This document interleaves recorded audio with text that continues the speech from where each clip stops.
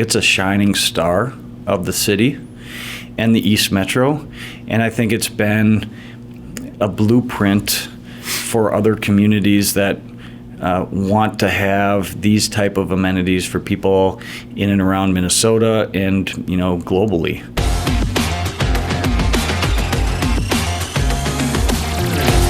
Hi, I'm Wade Hansen. I've been selling luxury real estate in Minnesota and Wisconsin for over 23 years. My entire career has been spent protecting my clients from misinformation and unethical practices by those not looking out for their best interests. This podcast will give you the raw truth about everything real estate so you can make solid, informed decisions about the biggest investment of your lifetime. This is the Raw Real Estate Podcast. Ryan, Mark, thanks for joining me. I appreciate you guys taking the time. I want to do two things in this podcast. One, I want to talk a little bit about the event that we pulled off a little over 10 years ago now to put together the Miracle Field in Woodbury. And we've kind of haven't taken the opportunity, I think, to really celebrate what we did and what we accomplished. And two, talk a little bit about just, the real estate market, what you guys are seeing out there, because your business is kind of aligned with mine a little bit. So first, I just want to back up. I think it was 2010, if I remember right, that we got together. I don't remember. You're going to have to help me with this. What prompted us to do this? Do you guys remember why we decided to do something like this? I think we got together just to hey, this is kind of cool. We all still live in Woodbury. We went to high school together. Let's just, I don't know if we just had coffee or something.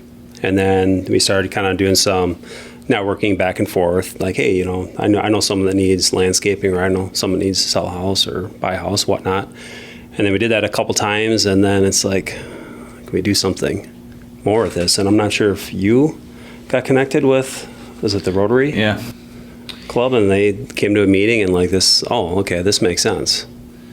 Well, yeah, I think, Wade, you just got done being on a show, came back to Woodbury. That's right. I had just moved back to Woodbury from coaching football in North Carolina. I think at first it was how can we serve as a board of directors for each other's businesses? We're all kind of running a business solo, and although it's really cool to run a business solo, it's hard when you're going to yourself for advice. Right. And so I think that the crux of it was, Ryan, you've done this through your business. Wade, you have this experience in your business. Tony, DJ, they had other experience running businesses. So it's how can we each benefit from having really smart guys that we trust and have 20 plus years of a relationship with already, to help us grow and develop and fine-tune what each of our businesses is doing. So, if nothing came out of it like the Miracle Field did, we were each serving as a pseudo board of directors for each other's businesses, where we could bounce ideas, challenges, successes, struggles to each other, one, to learn from each other and to get really good advice from one another. Yeah, because when you're an entrepreneur of a small business, there's no board of directors, there's no board of director meetings.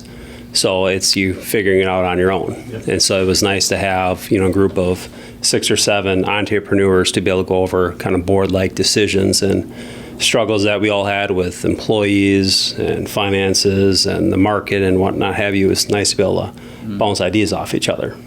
Yeah, and then I think at some point, one of us just step and say, what we're doing is great. We're helping each other, but let's help the community that we do business in. And I'm not sure who it was or how it came together. I don't remember, but it just grew feet and just took off. And I remember, I think Mark was part of the Rotary or whatever. You reached out to them, and I don't know, maybe you can take it from there and how this all evolved and what we did, because it was quite an accomplishment. This Miracle Field is now a staple in the community. Well, it's hard to remember the market in 2008-9. You can speak to the real estate market at that time, but the real estate market wasn't the only thing taking a hit. Yeah. Everybody was taking a hit. Every business was taking a hit. And so the Rotary Club, I think they started fundraising for the Miracle Field in 2006. Oh. And it had been this 4-year time frame that they were exhausted. Right. And they had exhausted all of their efforts in fundraising for this field, and through the chamber, through the connections in the city. We met two, I think, important guys with the Rotary Club that you could tell they were tired. Yeah. You could tell that they had already asked as many people as they could, so they were looking for, I would say, an outside-the-box solution to finalize the Miracle Field. Well, and I think too at that time of, during that time of 2008, 2009, funds were frozen. Yeah. The city was not going to do any type of, donating. Everyone was like, okay, let's buckle up. Let's just kind of hold on tight, get through this recession. So they were really in a spot on being able to move forward. And like I said, it was dead in the water. And I think they were 3/4 of the way to get all the money that they needed to raise, and it was like $400,000 they needed to raise, and they'd raised $300,000. So they were looking to, how do we get to the finish line? And by the way, they were like crawling, holding the baton. And I think, as our businesses were growing, as we were serving as each other's board of directors, we were like, well, this is a great opportunity for us to impact the community in a positive way. Learn how each other really works in a nonprofit venture activity. And, one thing I can speak to, it strengthened the bond that our relationship had. Right. It strengthened the bond that our relationship had. Totally. And I think that only added to us being able to be each other's board of directors and give each other feedback, because we had that much more love, trust, faith.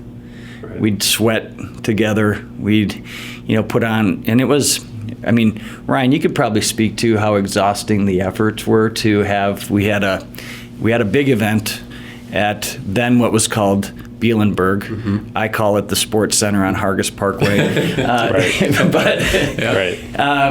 Where now Madison Playground is at, which was before that, and I think we kind of felt like we had a calling to help people that really can't help themselves. Yeah. And we all grew up in a sports environment. And so I think when we look at this Miracle Field as sports is such a impactful, it's something so impactful to us and our lives and who we became, and being on a team that, hey man, if we can put together a place where maybe disadvantaged kids or kids with challenges can come together and be on a team, and maybe for an hour of a week they can forget about their struggles in life and just be a member of a team and encourage each other and play and smile and have fun. Yeah. It was easy for us to get behind that. Yeah. How much money did we raise? I think we raised $105,000. Yeah. You were, I know you spearheaded the efforts of raising a lot of money, and it was an incredible accomplishment, and I think it's fun to revisit now, 10 years later, what that has done for the community. You're right. It provides an opportunity for anybody of any ability to play baseball, and like you said, forget about the struggles in life for an hour. So it was cool, and it's just good to get together and talk a little bit more about it and kind of reminisce a little bit. Well, let's not undersell ourselves. We raised $105,000 in one day in a recession. Yeah, in a tough time. You remember the first meeting, right? We're like, okay, well, vaguely. Well, all right. Well, this is the goal. Where do we start? Yeah. Well, let's start by making a Facebook page. Yep. So we got all that going. We met with a guy that did websites and got the Facebook page. We did that. Okay, so now we got to promote the event. So then we started making flyers. Started handing those things out. Okay, all right. Well, how do we, what can this field do to be able to generate advertisements? Then we talked about putting 4x8 banners out there. So okay, well, what's the cost of that? You're just winging it, because I do lawn care. I don't do fundraising. But then it just really started coming together, and you start selling 4x8 boards for $5,000 a piece, and you start seeing those add up. Okay, now we got our spreadsheet numbers there. Okay, so now we're starting to get somewhere $20,000-$30,000, and I know my company put in $5,000, and I think everyone put in a good chunk of change for that. So then you look at the construction costs, and then there was different landscaping, sodding, tree planting. So I'm like, all right, well, my company can do a lot of that. Troji's company at the time, they donated, a lot of their services to make things happen there as well. And then, but I think the biggest thing was the event, planning for that event, silent auction items, making it a family affair. So you had, the, jumpy houses, you had, who was the singer that was there? Tim Sigler, I think, wasn't it? No. A really kind of local famous guy, I remember now, but, Tim. Your wife loves. I don't remember. Some guy, he was on The Voice or something at the time. Remember? Yeah, he was a big thing. So we had him there, and all right. So once you had an event, all of a sudden, all those emails and Tim Mahoney. That's it. Yeah. All of a sudden, all that marketing that we were doing, once you get closer to the event, like, oh yeah, I'll do one of those 4x8, banners, or I'll go ahead and get some of those raffle tickets for your event, or I'll sponsor this, I'll sponsor that, I'll sponsor this, and all of a sudden, it's like almost like the month prior to the event, it's just all those people that were kind of on the fence just started signing up. I mean, we had Miss Teen Minnesota, Miss Minnesota. We had Nordy from the Wild. We had Mudana from the Saints. Yeah. We had a petting zoo. We had, you could skate. You could do all these bouncy houses. I mean, I don't know who came up with the idea, but we sold a wristband to every kid who wanted to do everything. It wasn't like you had to buy tickets to do it all, but you had to buy this wristband and $20 or something. Well, and I think too, all the vendors were so kind of excited about it. I'm like, well, who are you guys? Well, we're just a couple, a handful of guys getting together who want to help out. Okay, well, you know what? We normally charge for getting a food truck there. We're not going to charge. We're going to come there. And I got some animals here. We can have the kids pet animals, do some pony rides. We'll just show up. Yeah, it was a hell of an event. I mean, we worked hard. We got lucky. We had great weather. We raised a lot of money. It was a fun collaboration. We didn't kill each other. In fact, I think our bonds grew stronger and tighter, like you mentioned. And now fast forward, it's now about 12 years later probably since we put on the event, and it's going to be their 10th anniversary coming up here in June when this podcast will actually air. I'm hoping to attend that event, and I just can't imagine. Maybe you guys can comment on the impact it's had in the community. I don't know. I know, Mark, you're heavily involved in Rotary still. Are you? I'm not in the Rotary. I'm in the Lions right now, but well, I think it's a staple.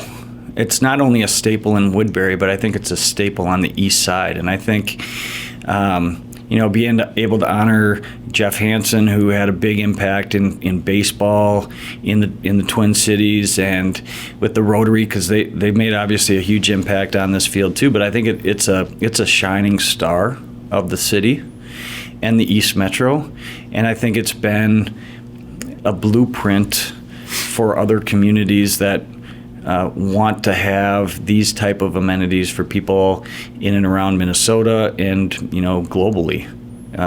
Feedback I've gotten from the city and from the organization. And I think, the real big impact is, the houses, the families, the kids, the parents, right? Like when you're a parent, and I can't speak to this because I'm not, luckily, but when you're a parent and you're struggling with kids that have challenges, you kind of don't know where to go.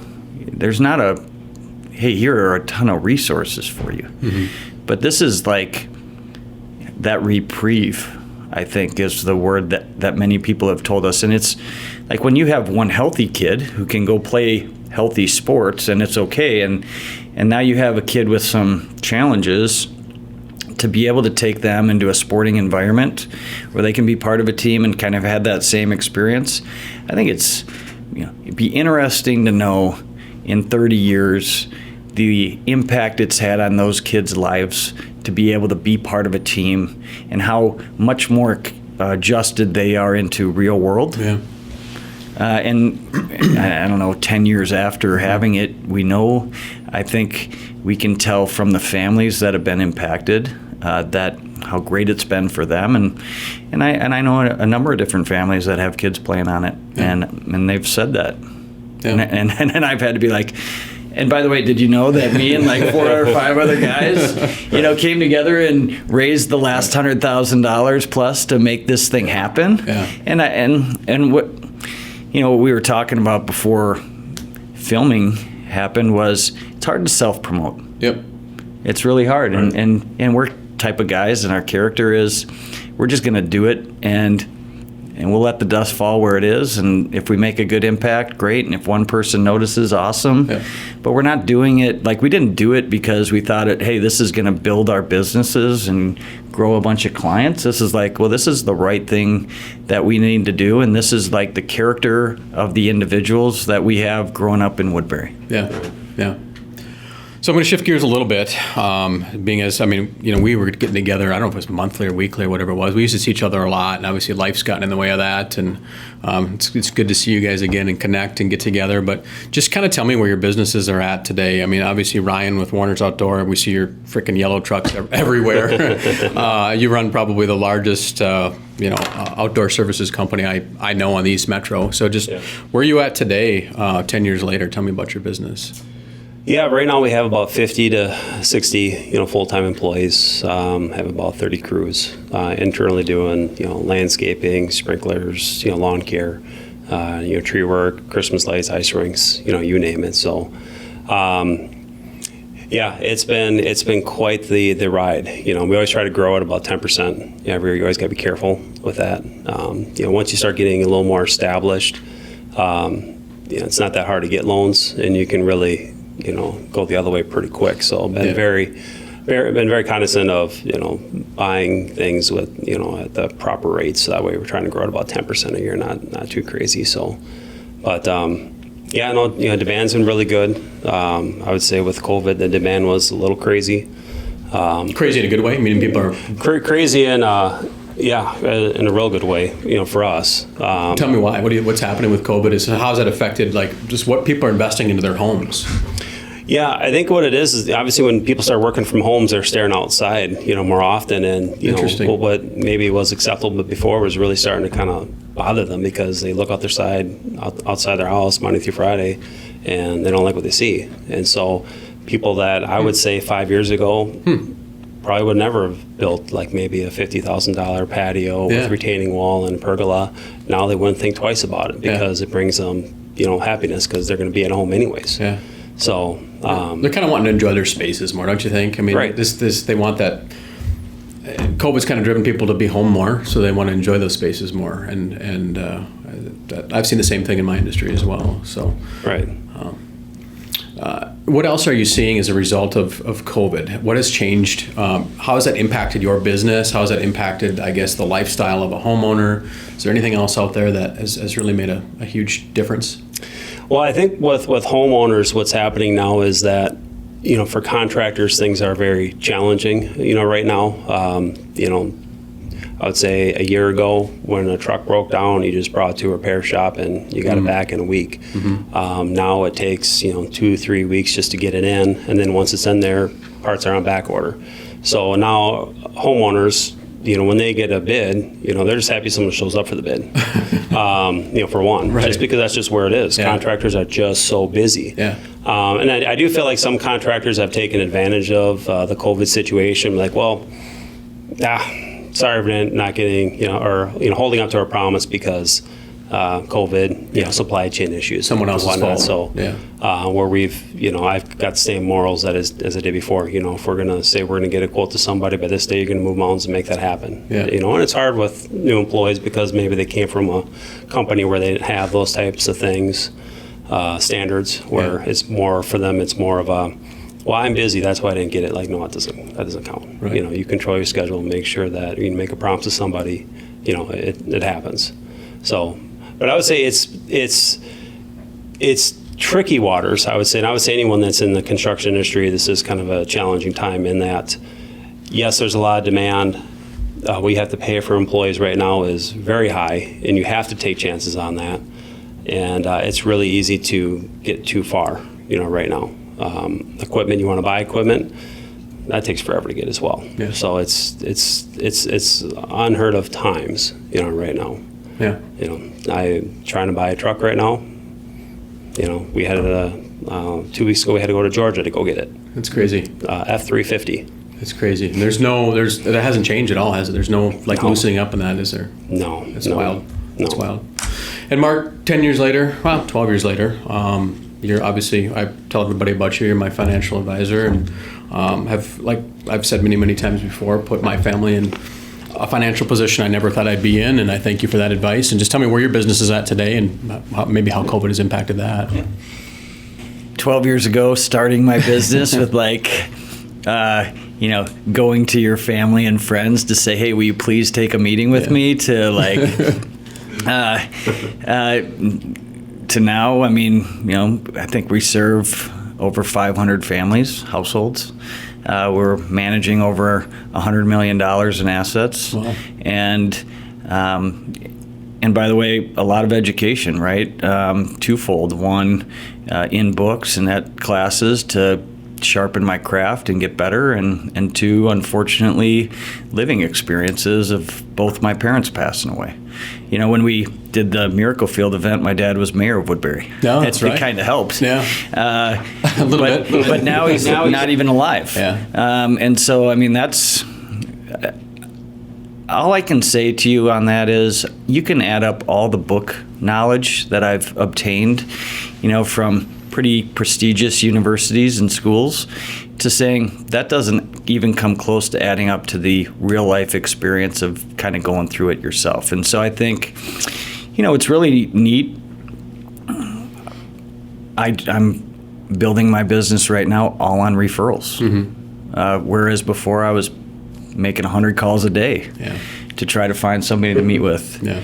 And so when you reallocate your time from not making 100 phone calls all the time to receiving calls and meeting with people more, I think you're able to dive deeper in relationships. I think you're able to provide better knowledge and guidance. And, and I thank you, Wade, because, in the real estate business, it's like the financial industry where you have three competing voices. You have the head, you have your heart, and you have your gut. Mm-hmm. And sometimes your gut wants to win. And, you need to have some outside opinion that comes in and said, no, this is the financial ramifications of making that gut decision. This is probably a smarter, wiser, fundamental financial choice. And by the way, here's the cost associated with both, and you need to make the decision, right? Mm-hmm. And so businesses, are we happy where we were at? Yeah. Do we want to continue to grow with more better clients? Of course. And I think we went from taking people that could fog a mirror to become clients of ours to now being more selective. Yeah. With who we're working with and the advice that we can provide. Who is it better tailored to? Right. Yeah. Yeah, it's been exciting to watch both of your businesses grow. We've all grown a lot in the last 12 years. Our families have grown, changed. It's just crazy to be sitting across the table from you now with a 21 and a 22-year-old. And you're talking about, we got one driving, and it's nuts. So it's been fun to watch our relationships and our families grow. And we're still in the Woodbury community today. And I want to just transition a little bit and I know this is a real estate podcast. I want to talk just a little bit about real estate. And as you guys probably know from me, and if you've ever listened to any of my podcasts or just me talk about real estate, I think our industry sucks. I think it's in a bad spot. I think that we've got a bunch of, frankly, yahoos running around with a real estate license and the consumer suffering as a result of it.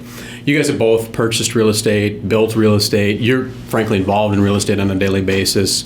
Tell me about just your experiences, the good and bad of going through. You've remodeled, right? Just any real world advice you'd give to a consumer that's going to buy, sell, remodel, anything? Well, from a financial perspective, I would say we never use a primary home as a retirement asset, right? I think a lot of people think, well, this is my key investment asset, right? But it's never going to provide you income. It's actually going to give you an invoice every year to pay taxes on, and then all the other costs associated with it. So I think, and you're always going to need a place to live, right? And so whether you have your house fully paid off or not, when you go into that retirement home, or the home you're wanting to use in retirement, maybe is a better way for me to say it, you're going to take one asset and put it into the other, and it's never going to serve its purpose from a retirement standpoint. And so I think you have to make calculated decisions with how are you most wisely using your resources, right? And quite frankly, I don't understand the people that fix their home up right before they sell it. That's just not it's not how I work, right? Yeah. If I'm going to fix my home up, I want to fix it up when I buy it so that I can enjoy it. And I think, so that's, what COVID has done to us is saying like, well, when my dad died, we inherited my childhood home, and I knew what the value of the house was. I knew what the remodeling cost would be. And I was like, man, I should just sell this house and go buy a new house because I'll get more value if I ever resell it in the future.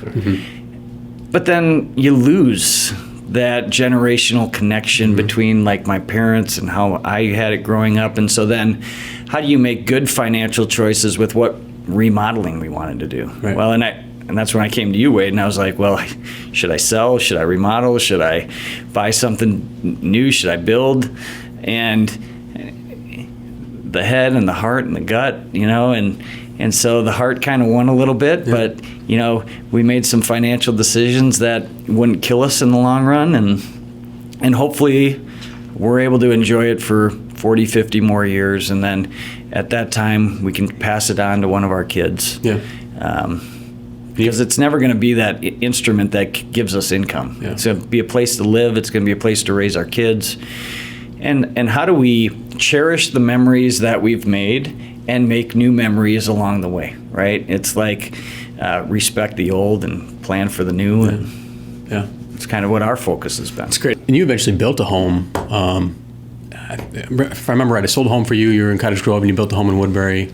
Yep. Any advice you'd give to people building nowadays? I mean, you're in the industry, really. And it's funny, I just had somebody else in here, and the one thing she said, she also built a home, believe it or not, with the same builder. And she said, man, the one thing that's killing me that people don't budget for is landscaping. Right. So, yeah, I think it's, when you're doing landscaping, it's really sad when we get into some places where, they buy a house, they put in the landscaping, and I'm sure they spent, $15,000, $20,000 on it, but they just put it in because they didn't want to spend the money up front right away.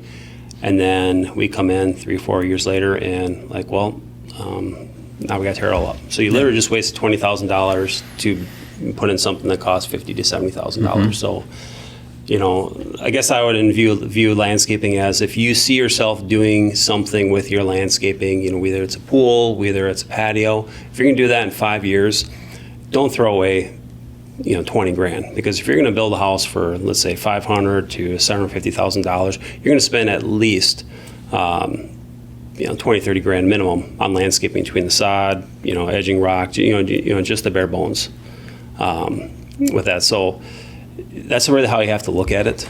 Otherwise, it's very sad to dig up perfectly good rock and edging only to put in what they really wanted to put in 5 years ago from the get-go. So what I'm hearing you say, Ryan, though, is don't just go cheap, Right. because it's going to be serving your purpose now. But you have to have a long-term vision on what you want to do from a home standpoint and from a landscaping standpoint that, by the way, if you spend more today, you're going to actually save more tomorrow. And I think that's something that, is very short-sighted when people are looking at it from a financial perspective is like, okay, well, what if maybe I don't do minimal today, I wait and plan for it so I can do optimal tomorrow, right? Because that's going to cost you double. It's going to, not be as nice as what you want. And you're better off envisioning how you want to have it for the long term. Right. And executing on that vision as opposed to just putting a Band-Aid on a problem. Yeah, and I think the key is doing things in phases. Get a design, drawn up with, maybe you can't afford all of it all at once, but at least, you're not putting in something and then tear it out, 3 or 4 years down the road. So maybe all you can do is, out of your grand plan, all you can do is, the front and the side yard and the backyard just kind of is what it is. You leave it. Well, then you don't take the time to do some of the extra stuff in the backyard right now. Just, leave it a blank slate. Do the absolute bare minimum to be compliant with maybe your association. But just have that plan. work with a professional, right? I mean, I see so many people that just try and hodgepodge things together. And to take both of your comments one step further, I think the biggest mistake people make is when they're building a new home is they'll say, well, I can afford a $500,000 house. So they'll go out and build a $500,000 house. Well, they forget what we have to put into landscaping. You should be building a $450,000 house and budgeting $50,000 for that landscaping. And I see so many people max out on what's inside the walls and totally forgetting what's out. And then they move in, they're like, reality sets in, and they're like, oh my God, now we got to spend money on this. So I think just planning up front and really preparing for those things is important. And like you said, if you can do these things in phases, but you got to work with a pro, because you're gonna. It's like me trying to remodel my own house, right? I'm going to have somebody come in and fix the problems I created. It's just why I don't do it. Right. So, that makes me think, Wade, I read this book. One of my favorite books to read is The Way to Wealth by Benjamin Franklin, written in 1750, still applicable today. He says, consider taxes. We try to minimize them as best as we can legally, how to minimize taxes. But he says twice as expensive as taxes is procrastination, not meeting with a professional, not taking action. 3 times more expensive than taxes is thinking you know better than the professionals. Right? Like you can do it better, or the cost to do it is better if you do it by yourself and not use a professional. Right. Well, what's the cost to learn it, right? And then 4 times more expensive than taxes is making terrible financial decisions. Right? And so how do you minimize those 3 things that are double, triple, 4 times more than taxes, and just have taxes? Well, I think that starts with taking action, working with a professional, and having the guidance that you're not making decisions that are going to significantly cost you into the future. Yeah. And it's working with a professional within that given industry to help really at the end of the day save you money. Right. So, well, gentlemen, I thank you for being here. But before we part ways, to kind of segue off of your book, I love to study success and leadership and entrepreneurship, but I always end my podcast and I just ask my guests for one piece of advice. If you'd give any piece of advice to your kids, how you started and ran a successful business, what would that one thing be? Well, it's plenty of people have said this before, but I always tell my kids, my employees, when I have one-on-one meetings, and players that I coach, you get out of life what you put into it, right? So whether it's if you give it everything you have for that day of work, you're going to get a lot out of that day of work. In a hockey practice, you give it all you have, you're going to get a lot out of it. If you go through the motions of a hockey practice, nothing really happened, right? If you go through the motions at work, nothing really happened. If you go through the motions of, being a parent and not really actively engage and give it everything you have, you don't get a whole lot of it. So that's been my motto. I tell everyone that I'm a mentor of or a coach to, or, to my kids, is you get out of life what you put into it. Great advice. Yeah. Great advice. I love that. Yeah, it's hard for me to boil it down to one best. It's tough. My probably 2 favorites. One is hard work beats talent when talent doesn't work hard. Love it. Yeah. And I think that goes to all of us in our business. I mean, we're talented. It's okay to be talented, but talent doesn't get you anywhere if you don't work hard. And what's so nice to see and surround yourself with is really hardworking people that want to motivate you and rise you up to the next level, right? And that's super important in life. Don't hang out with guys or people that are taking you down. I think that comes back to this Miracle Field event. Like, if you lift other people up, they will lift you up in return. Like, you're not going to elevate yourself by putting other people down. You elevate yourself by elevating others that then will elevate you. And then the other piece of advice that I like is, Benjamin Franklin again, which is, if you fail to plan, your plan will fail. Yeah. So I think that comes all full circle with not only the Miracle Field event that we had, but with all of our businesses, which is meet with a professional, put a plan in place, and execute the plan. And if you don't have a plan, well, you're not going to get to where you want to go. And work your ass off along the way. Yeah, and you better. It's not complicated. Yeah, I don't know if there's 3 harder working guys in the community than sitting in this room. I mean, I can tell you, I know that we've all gotten at this table today the last decade by just good, hardcore blood, sweat, and tears. And it's been a combination of all of them. So thank you both for being here. Thank you both for what we did 10, 12 years ago. I plan to go to that 10-year anniversary event. I hope you guys can make it too. And I look forward to many more years of this relationship. So thank you both. Definitely. Thank you, Wade. Thanks for everything you do for us. Yeah, thank you. Thank you for listening to the Raw Real Estate Podcast. If you have any feedback for this episode or want to suggest a future topic or even possible guests, head to wadehansen.com. There you can get links to my Facebook and LinkedIn pages. And don't forget to subscribe to my YouTube channel to see the video version of this podcast too. Again, thank you for listening to the Raw Real Estate Podcast. We'll talk soon.